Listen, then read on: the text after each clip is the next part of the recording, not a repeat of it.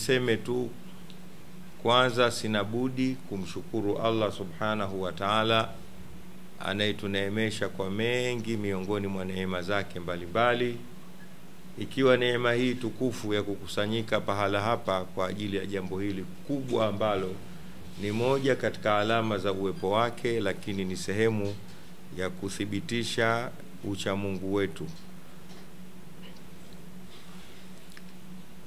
Na nimuombe mapema Mwenyezi Mungu ajalie haya yote ambayo tunayafanya hapa ayakusanye kwa ujumla, atuongezee katika vile vinavyoongeza uzito kwenye mizani zetu za mambo ya kheri, zitusaidie siku ile tukikutana naye, siku ambayo la yanfa'u malun wala banun illa man atallaha biqalbin salim. Basi ajalie haya ni yenye kutubusti tukikutana naye, iwe ni sababu pia ya kusamehewa makosa yetu. Na katika mfuko huo wa shukurani sinabudi kuwashukuru viongozi wote kwa nafasi zao tofauti, pamoja na wanafunzi wa madrasa Ummul Muminina Aisha pamoja na taasisi ya Umaif, kwa kunipa mimi binafsi sharafu hii kubwa ya kuwa mgeni katika hafla hii fupi ya uzinduzi wa mashindano haya makubwa ya kuhifadhi Qur'ani kwa wakina mama. Na washukuru kwa hili, na hakika najua nisingechaguliwa eti kwa sababu yoyote, bali ni mapenzi ya dhati yaliyomo katika vifua vyao na nyoyo zao kwangu. Basi ni muombe Mwenyezi Mungu Subhanahu wa Ta'ala ayadumishe mapenzi haya mpaka siku tukikutana naye. Hapo hapo katika upande wa shukurani niongeze na pongezi. Naipongeza taasisi hii pamoja na madrasa hii kwa kudumu katika jambo hili kubwa kwa muda mrefu, mwongo mmoja sasa, manake ni miaka 10 na kidogo. Huu ni mwaka wa 13. Sio jambo dogo, kwa sababu mimi ni mdau wa Qur'ani kwa miaka mingi. Najua changamoto, mazito, vikwazo, mchaka uliomo katika usimamizi wa jambo hili la kheri. Kwa vile ni jambo la kheri, na siku zote kama tunavyoambiwa hakuna jambo la kheri likasimama pasi na changamoto mbalimbali. Basi nawapongeza kwa kulishika hili. Mtaingia katika neno la Allah Subhanahu wa Ta'ala, minal mu'minina rijalun sadaqu ma ahadullah alayhi faminhum man qadha nahbahu wa minhum man yantazir wa ma badalu tabdila. Mungu anapanga, amesema maneno hayo, hakuyasema yakaishia kwa watu wa Maka tu na watu wa Madina waliokuwa zama zile, bali kwa vile ametaja minal mu'minina, basi nanyi mtakuwa katika kundi hilo. Niongeze hapo hapo, lishikeni jambo hili na likamateni kwa magego ya meno yenu, kwa sababu ndivyo inavyokuwa. Atahsabul majida tamran anta akilu lan tablugha al majida hatta tal'aqa sabira. Mmoja katika wanachuoni alisema hivyo, usidhanie utukufu au mafanikio ni tende ambayo utakuwa unaila huku unatikisa miguu. Hapana, bali mafanikio ni mchaka. Huwezi kufikia ila uonje shubiri, na shubiri yenyewe ni hizi tabu mnazozipata. Nimesikia umezitaja katika hotuba yako Sheikh. Binafsi nakumbuka zamani nikiwa mdogo, manake mdogo zaidi ya hapa, alikinialika Sheikh Ali kuhudhuria madrasa hii siku nyingi sana, nafikiri ni zaidi ya miaka 13. Wakati huo Sheikh Kaporo nafanya kazi jirani na pale, nilikuwa nikipita na chungulia kidogo. Nimekwenda, sikufikiria kwamba iko siku moja nitakuja kualikwa kuwa ni mgeni rasmi katika uzinduzi wa mashindano makubwa kama haya. Ni miaka mingi sana Sheikh, la umesahau? Unakumbuka katika ile nyumba pale, nikija na mimi natamani kwamba siku moja nisimamishe jambo kama lile. Wallahi ni mafanikio makubwa sana. Mmoja katika wana falsafa anasema believe your process to success. Uamini mpango wako ili ufanikiwe. I'taqid sabilak litafuza. Itakidi umepanga nini ili ufikie katika mafanikio. Uamini mpango wako. Leo ndugu zangu Waislamu na wanahabari na wote wanaonisikiliza wakati huu, wengi tunashindwa kufikia katika mafanikio kwa sababu tu tunafika pahala tunatishwa na tulichokipanga sisi wenyewe. Tumepanga kufanya nini ili tufike wapi? Katikati vikianza kutokea vikorombwezo na vile vya kutishatisha, tunaona huu mpango sio sahihi, tunaliacha jambo njiani, tunatafuta lingine. Na ndio maana siku zote hatujui tuko wapi, tunataka nini, hatutaki nini, hatujui. Mmoja anasema tamanna almar'u fi sayfi shita wa idha jaa shita ankara ma li hadha wala bidhaka radhiya qutila al-insanu ma akfara. Mtu wakati wa joto hutaka baridi na wakati wa baridi hutaka joto. Hajulikani anataka nini, hataki nini. Wakasema qutila al-insanu, amefeli mwanadamu kwa sababu ya kukanusha mipango yake. Mwenyezi Mungu awajalie kila la kheri. Mmeuamini mpango wenu kwa miaka mingi, leo hii mnafanya kitu kikubwa kama hiki, na Mwenyezi Mungu atajalia kitakuwa kikubwa mara zaidi ya hapa, kwa sababu tunatakiwa tuende mbele. Maneno yangu mimi ni mafupi sana kwa sababu yamesemwa mengi na muda umekwenda sana na tuna mambo chungu mzima. Nafurahishwa na mashindano haya ya kina mama.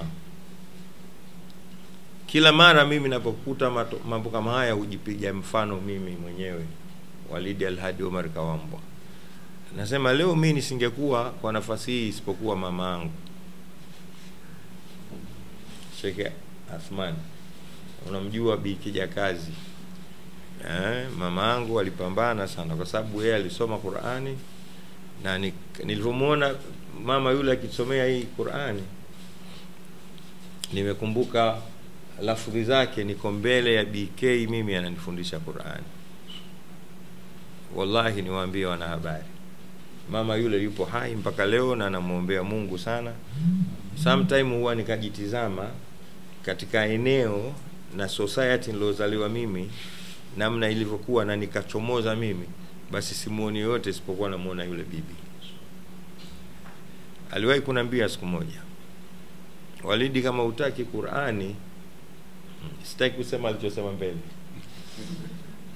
lakini alisema neno hilo, alisema hilo neno, basi nikapambana na alichokuwa nacho. Niwaambie, nimekusikia Sheikh Uthmani hapo unasema zamani haikuwepo utaratibu wa kuhifadhi Qur'ani. Labda niongeze, haukuwepo utaratibu wa mashindano ya Qur'ani, lakini walikuwepo akina mama waliohifadhi Qur'ani. Minhunna Ummul Mu'minina Kijakazi, na aliifanyia kazi kweli. Ilifika pahala mimi sili isipokuwa nimsomee Qur'ani iliyohifadhi, tena kwa kituo. Wakati wa chai, watu wote pale chai watakunywa isipokuwa mimi na marehemu mdogo wangu, ili tusome Qur'ani kwanza ndo tunywe chai. Breakfast. Na kama mambo haya yanakwenda viral live, na fikiri naye anaangalia saizi, anatikisha kichwa hapo alipo. Ukifika wakati wa dina, hatuli chakula cha mchana hicho cha kimaskini, sio chakula kweli kweli cha kimaskini, huenda ugali mtupu tu, lakini ungati ugali ule usipokuwa usumewa naziati. Na ikifika saa 12 magharibi, sisi ilikuwa tuoni nje, ni kipindi cha Qur'ani, yeye anaanza mpaka ikishafika Aisha ndo huja mumewe sasa Ustadh Alhadi Omar Kawambwa, naye ndo atusomeshe hizo sera, hadithi. Mpaka nakumbuka siku moja tulivutana mimi na yeye, akaja kusawazisha jambo hilo baba yangu, tukingangania ile idgham fama rabihat tijaratuhum. Nafikiri waliohifadhi Qur'ani wanajua katika suratul Baqara inakutana idgham kamil, zimekutana te hizi mbili. Bi mkubwa pale alikuwa yeye anasoma kwa alivyohifadhishwa, fama rabihat tijaratuhum, mimi naona mbili nataka zote zitamkwe. Naambia mama hizi mbili, anasema ndio mbili, lakini anasema fama rabihat tijaratu. Kwa nini? Anasema hivyo hivyo mmenivyoambiwa hivyo hivyo. Mpaka alipokuja mtu anaojua tajwidi akasema hizi ni mbili, lakini moja maskuna, nyingine muharraka. Hii ya maskuna inazamishwa huku, hii ndio idghamu. Nikaanzishwa kusomeshwa tajwidi, lakini ni mpambano ulikuwa mkubwa. Mwenyezi Mungu ampe umri mrefu. Amen. Kwa hiyo nafurahi sana nikiona mambo haya yanashikwa na akina mama. Wakina mama nyinyi ndio dunia hii. Al-ummu madrasa. Niwaambie mpana kujirudisha nyuma, Qur'ani ni moja katika vitabu vya miujiza. Miongoni mwa miujiza ya Qur'ani ni namba zilizomo ndani ya Qur'ani. Wakina mama imetajwa mara 24 ndani ya Qur'ani na wanaume imetajwa mara 24 ndani ya Qur'ani. Maana yake nini? Hawa ni mtu mmoja tu, ni mtu mmoja. Na hata ukirudi katika historia nyuma, mwanamke ametoka katika ubavu wa nani? Kwa hiyo ni mtu mmoja tu. Sawa sana mimi kungoa ndevu yangu itakuwa bado mimi tu, au ndevu kitu kingine na mimi kitu kingine. Nacholenga hapa, msirudi nyuma, chukueni nafasi yenu, iongozeni dunia inayokwenda kuanguka. Sisi hatusemi tushashindwa, lakini tunaelekea kushindwa, kwa sababu tumebaki kushindana tu. Leo hii kila unayemuona shekhe, basi amtafute shekhe mwenziwe ambomoe. Ndio raha yake. Yaani mtu kasoma miaka 50 huko, lakini akija mjini hapa na elimu yake amtafute shekhe kaporo awe ana maana katika jamii. Kwa vitu vidogo tu tafia, na vitu ambavyo vipo, ilmu haiko hivyo. Wa fawqa kulli dhi ilmin alim. Kwa hiyo mimi najua hiki, wewe unajua hiki, twende tutakutana mbele ya safari. Lakini kila mmoja anataka abaki peke yake. Nibaki mie tu Walidi Dar es Salaam nzima hii. Sasa atakuwa alokosea kuumba Mungu basi. Na yasema haya kwa sababu najua yanakwenda viral. Wakina mama sasa, nendeni mkashikamane, mtu overtake. Nendeni mfanye kazi yenu. Na ndivyo aliofanya Mtume Muhammad sallallahu alayhi wasallam. Nenda kasome vitabu vya sera, nisau haula rasul. Nisau haula rasul. Kaone kazi iliyofanywa na wanachuoni wa kina mama, wacha Mungu wa kina mama, mahufadhi wa kina mama, mahukamu wa kina mama, ulama wa kina Ummul Mu'minina Nafisa alikuwa anaitwa Nafisatul al-ilmi. Aliwahi kutokea mwanamke mmoja anaitwa Nafisatu al-ilmi katika kizazi cha Mtume sallallahu alaihi wasallam. Miongoni mwa miujiza mama huyo au karama zake, siku alivyokufa Imam Shafi, yeye alitokea mbele akasema, mkimaliza kumuosha Imam Shafi na mkamswalia, nipitisheni hapa na mimi nimswalie. Wakamuuliza, kwa nini yeye tu na wamekufa watu wengi hapa Masri hujaomba hilo? Akasema naam, kwa sababu huyo Imam Shafi kidogo alikuwa anabahatisha kutawadha. Angalau alikuwa anaonja, hajafikia kiwango cha kutawadha ule udhu unaotakiwa, lakini angalau. Jamani, anazungumzwa Imam Shafi na anasema maneno hayo mwanamke. Hii ni kuonyesha nini? Ulimwengu wenu wa kielimu ni mkubwa sana. Nendeni mkaifanye jambo hili, kalisimamieni, alafu msimame. Nachoshukuru katika zama ambazo Mwenyezi Mungu amejalia mimi kama kiongozi wa kiroho katika Dar es Salaam, yanatokea mambo kama haya na anazidi. Nayaombea Mungu sana. Bila hakika maneno ni mengi, zangu mimi ni shukurani, lakini pia ni pongezi na hamasa kwenu. Umefika wakati wa kuyazindua mashindano haya, na niseme sasa leo tarehe 1 mwezi wa 5 mwaka 2025 nimeyazindua mashindano ya kuhifadhi wakina mama chini ya Madrasatu Ummul Mu'minin Aisha kwa taasisi ya Takbir. Kwa hiyo yamezinduliwa rasmi kwa uwezo wa Allah subhanahu wa ta'ala. Na mbele yangu na ratiba kidogo ya utaratibu au mchakato mzima wa mambo utavyokuwa.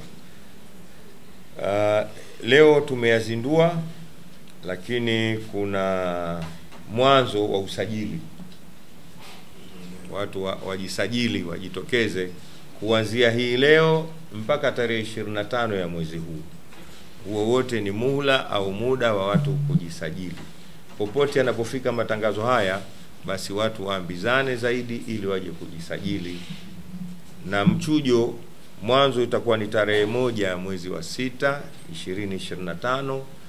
Tutaendelea na mchujo mpaka tarehe 22 mwezi huo huo wa 6 mwaka huu 2025.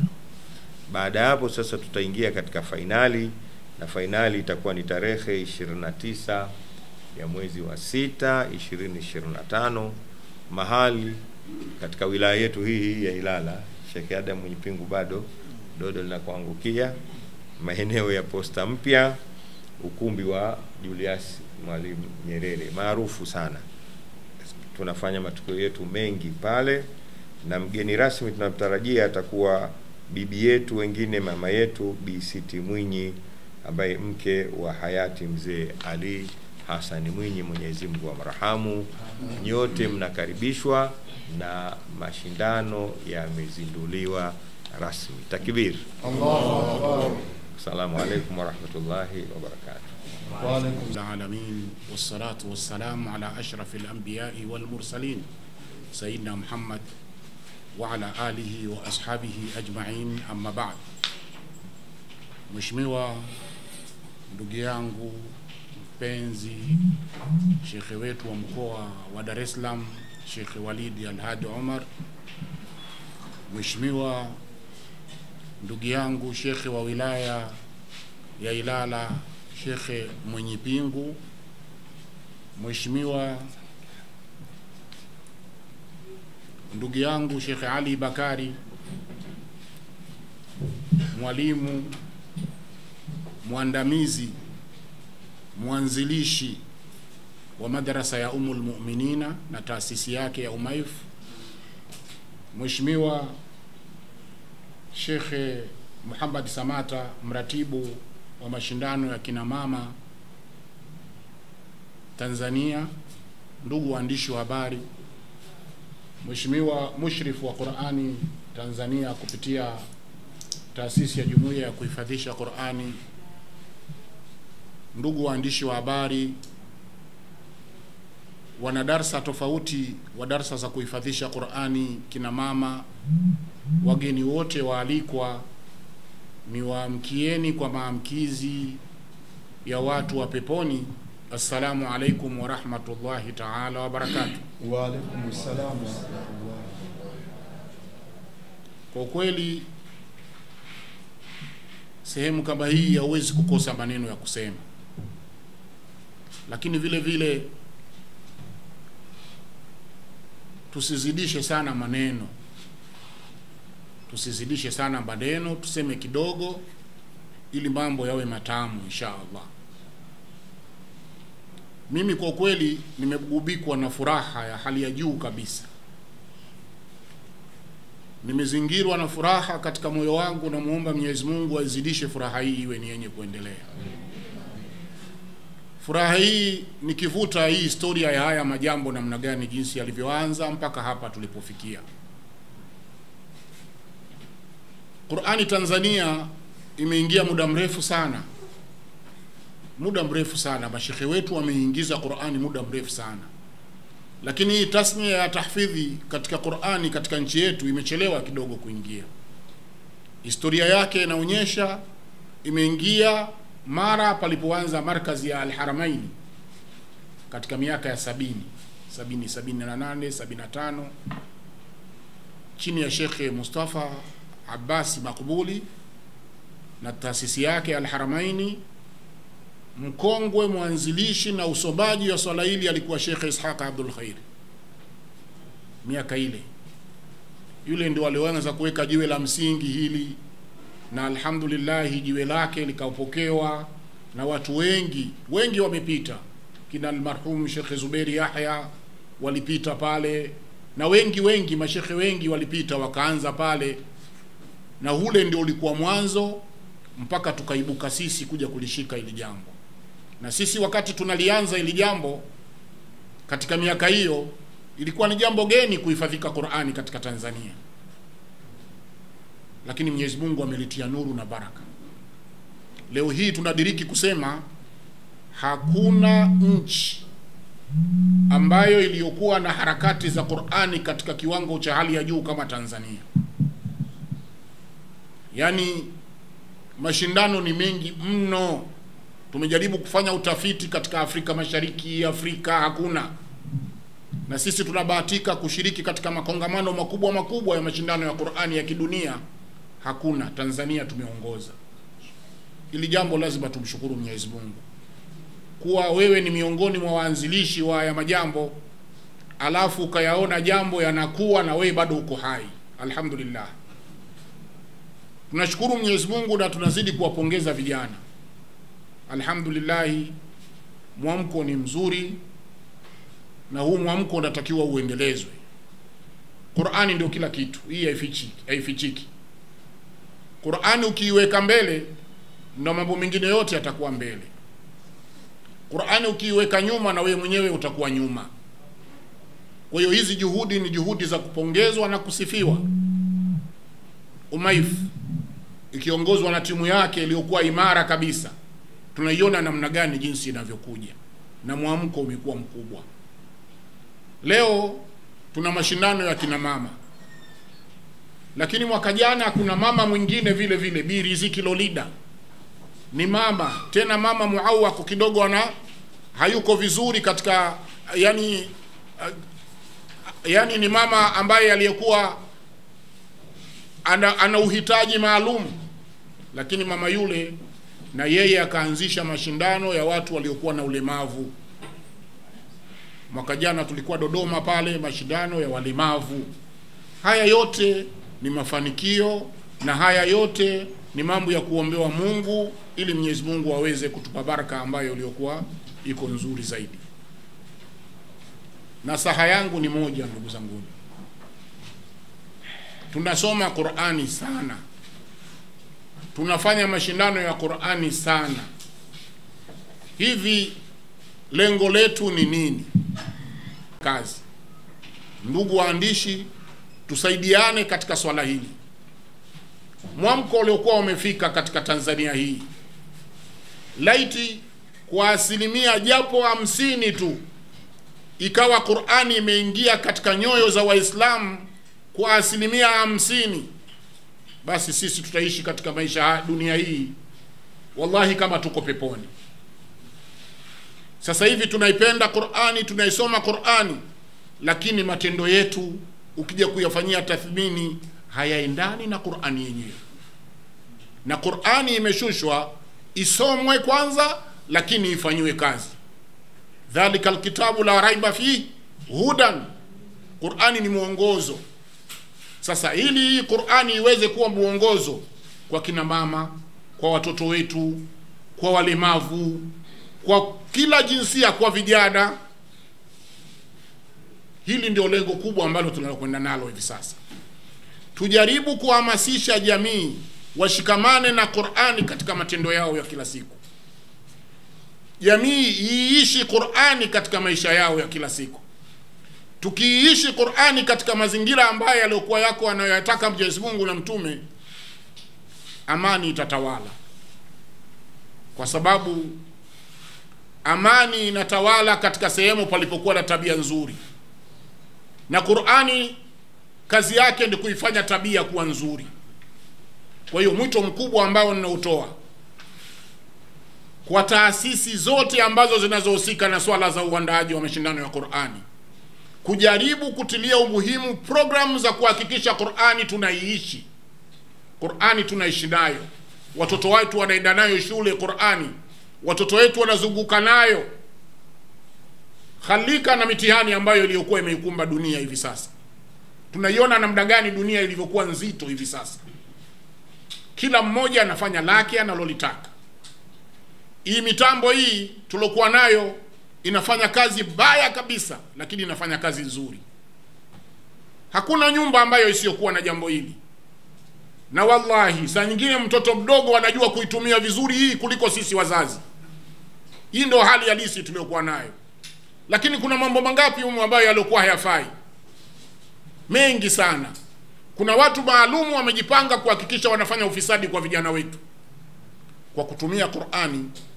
Wakiiweka vizuri Qur'ani, wakajua maana ya Qur'ani katika nafsi zao, tukaueleza umuhimu wa kuishi na Qur'ani, madude haya na mengineyo hataweza kuharibika inshallah. Kwa hiyo tunatoa mwito kwa taasisi zote zinazohusika na swala ya Qur'ani, tuhakikishe sio mashindano tu, tuiishi Qur'ani. Na hatuiwezi kuiishi Qur'ani isipokuwa kuishirikisha jamii. Leo tuna kina baba, tunatamani pawepo na mashindano ya watu wazima wa kiume. Tunatamani pawepo na mashindano ya watu wazima wa kiume. Wanaonisikia katika wadau wa Qur'ani, hebu tuanzishieni mashindano ya watu wazima wa kiume. Mama na baba wakikaa pamoja ndio mambo yanaenda vizuri. Al-ummu madrasa kama inavyosema. Mama ndio chuo. Mama akikaa vizuri mambo yote yanakuwa sawa sawa. Lakini baba ndio mtengenezaji na ndio kawamuna na ndio wasimamizi. Na wao wakiwa na Qur'ani basi mambo yatakuwa mazuri kabisa. Nchi yetu inahitaji Qur'ani. Maadili yanahitajika kwa kupitia Qur'ani. Kila kitu kikiangalia Qur'ani ndio ambacho kilichokuwa na nafasi ambayo ilikuwa iko kubwa. Kwa hiyo sisi waandaaji wa mashindano tushikamane, tupendane, tushauriane, tubadilishane fikra. Qur'ani iende mbali. Qur'ani ifike vijijini. Qur'ani ifike katika kila kona, na matokeo yake mtu akimwangalia kijana wa Qur'ani anaiona ile Qur'ani inayokwenda kama alivyokuwa mtume wetu Muhammad sallallahu alaihi wasallam. Hizi niseme ndio nasaha zangu, na waombea Mwenyezi Mungu Umaif kwa huu mwanzo mzuri ambao waliokuwa wameuanza. Mwenyezi Mungu awape baraka na mafanikio ili mambo yawe makubwa zaidi na zaidi. Umaif leo walianzia kata, wilaya, mkoa mpaka wamefikia kitaifa. Inshallah tunataraji siku ya masiku tutawaita watu wa Afrika Mashariki, wa Kenya, wa wapi mama watu wazima. Chukue nafasi hii sasa kuingia moja kwa moja katika kueleza maelezo mafupi ya kuhusiana na mashindano yetu. Kwa hakika Tanzania imepata bahati kubwa ya kuwa na taasisi nyingi zinazoandaa shughuli mbalimbali za mashindano makubwa ya Qur'ani, tofauti na nchi nyingi ambazo hutumia nguvu kubwa ya kuandaa shughuli moja tu ya mashindano ya Qur'ani.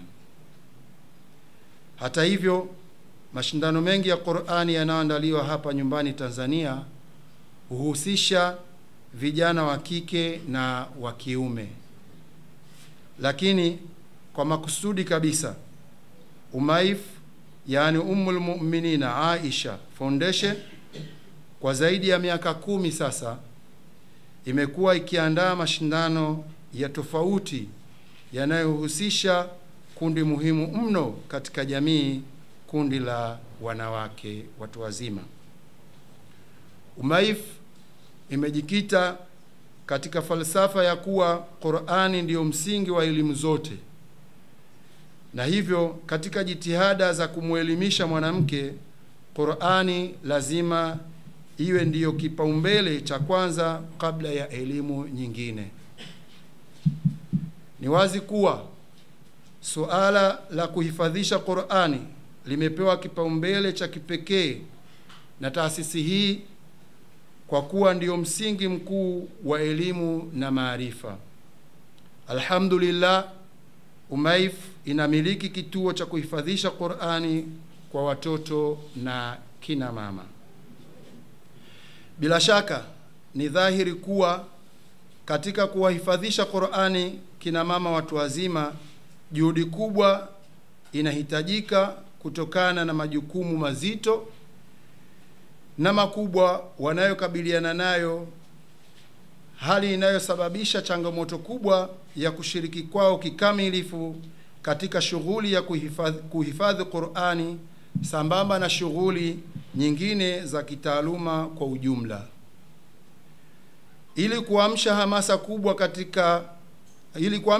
kubwa zaidi katika jamii, UMAIF haikutosheka kuwa na kituo cha kuhifadhisha Qur'ani pekee, bali pia iliamua kwa makusudi kabisa kuasisi mashindano ya Qur'ani. Ndipo mnapo mwaka 2013 ilipoasisi mashindano haya makubwa, mazuri na ya aina yake. Mashindano ambayo yalianza ngazi ya chini kabisa, ngazi ya kata, na kupanda ngazi kutoka ngazi ya kata, mkoa, na hatimaye hivi sasa kufikia ngazi ya kitaifa. Mashindano ambayo yakishirikisha washiriki wenye umri wa kuanzia miaka 25 na kuendelea kutoka katika mikoa mbalimbali ya Tanzania bara na visiwani. Makundi ya mashindano haya mwaka huu ni kama ifuatavyo: takuwa na juzuu 1, juzuu 3, juzuu 5, juzuu 7, juzuu 10, 15, 20, 25 pamoja na 30. Lakini pia kwa kipekee kabisa tutakuwa na kundi maalumu ambalo kundi hilo huhusisha akina mama waliokuwa zaidi ya miaka 70. Lakini pia tuna wale ambao ni walemavu wa macho ama walemavu wa viungo vingine, na wale wanaosoma kwa njia ya namba, yani tahqiqi tashjia. Hali kadhalika ni vyema ikafahamika kuwa UMAIF haikuasisi mashindano haya makubwa na ya kipekee hivi tu, bali iliasisi mashindano haya kwa malengo maalum. Miongoni mwa malengo hayo: 1, kutafuta radhi za Allah subhanahu wa ta'ala; 2, kuwahamasisha wanawake wa Kiislamu kusoma na kuhifadhi Qur'ani; 3, kupandikiza maadili mema katika jamii kupitia mafundisho sahihi ya Qur'ani na mwenendo wa Bwana Mtume Muhammad sallallahu alayhi wasallam; 5, kuhamasisha watoto na vijana wa Kiislamu kuipenda, kuisoma na kuhifadhi Qur'ani kupitia wazazi ama walezi wao, kwa kuwa wazazi ama walezi wao ni kiigizo chema kwao. 6, na mwisho, kusambaza ujumbe wa Qur'ani kupitia mikusanyiko. Mathalan, ujumbe wetu wa mwaka huu, Qur'ani ni amani. Alhamdulillah, tangu tumeasisi mashindano haya tumeshuhudia mafanikio kadha, ikiwemo: 1, kuongezeka kwa mwamko na hamasa ya kuhifadhi Qur'ani kwa kina mama watu wazima, na hili kwa dhahiri kabisa linashuhudiwa kwa kuongezeka kwa idadi ya kina mama wanaoshiriki mashindano haya tangu hatua ya awali ya usajili, michujo na hata kufikia kilele cha mashindano. 2, kuhamasika kwa watoto na vijana katika suala la kuhifadhi Qur'ani kupitia wazazi ama walezi wao. 3, kukua kwa viwango vya usomaji wa Qur'ani kwa kina mama watu wazima. Mfano, mmeuona mama yetu pale alivyokuwa akisoma Qur'ani kipindi cha miaka ya nyuma. Sheikh Ali ndiyo mwalimu wetu mkuu, anawajua vizuri sana. Nafikiri anayaona mabadiliko haya ya usomaji, nanyi mmekuwa ni mashahidi leo hii. 4, kuongezeka kwa idadi ya kina mama waliohifadhi Qur'ani yote, na mwisho kabisa kuongezeka kwa taasisi mbalimbali zinazoandaa shughuli za mashindano ya kina mama kama haya. Miongoni mwa taasisi hizo ni pamoja na Aisha Sururu Foundation, ASF, wanafanya mashindano haya ya kimkoa Dar es Salaam. Ashabul Kafi Islamic Center AKIS nao wanafanya mashindano haya. Darul Ulum Islamic Center Kigamboni pale nao wanafanya mashindano haya kiwilaya ya Kigamboni. Raya Office Center wapo Morogoro nao wanafanya mashindano haya kina mama. Rawdatul Janna Arusha nao wanafanya mashindano haya kina mama. Abdurrahman ibn Auf Arusha nao wanafanya mashindano haya. Ittihadi Mamazi Society Mbeya nao wakifanya mashindano haya. Lakini pia jumuiya kuhifadhisha Qur'ani kina mama Zanzibar nao wanafanya mashindano haya na nyinginezo.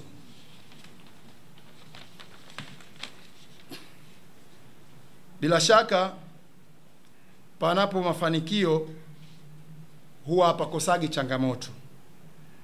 Kwa hiyo mafanikio haya hayajapatikana kirahisi. Ziko changamoto kadha tunazokabiliana nazo, lakini changamoto kubwa zaidi ni changamoto ya rasilimali fedha. Hivyo tunaomba sana wadau wa kheri kutuunga mkono zaidi katika kufanikisha mashindano haya makubwa na ya kipekee ya kuhifadhi Qur'ani tukufu kwa kina mama watu wazima. Mwisho kabisa nishukuru sana, asanteni sana, na muendelee kufuatilia taarifa zetu kupitia vyombo mbalimbali vya habari na mitandao yetu ya kijamii ambayo ni ya Umaif Islamic Center. Wa hadha, assalamu alaikum wa rahmatullahi wa barakatuh.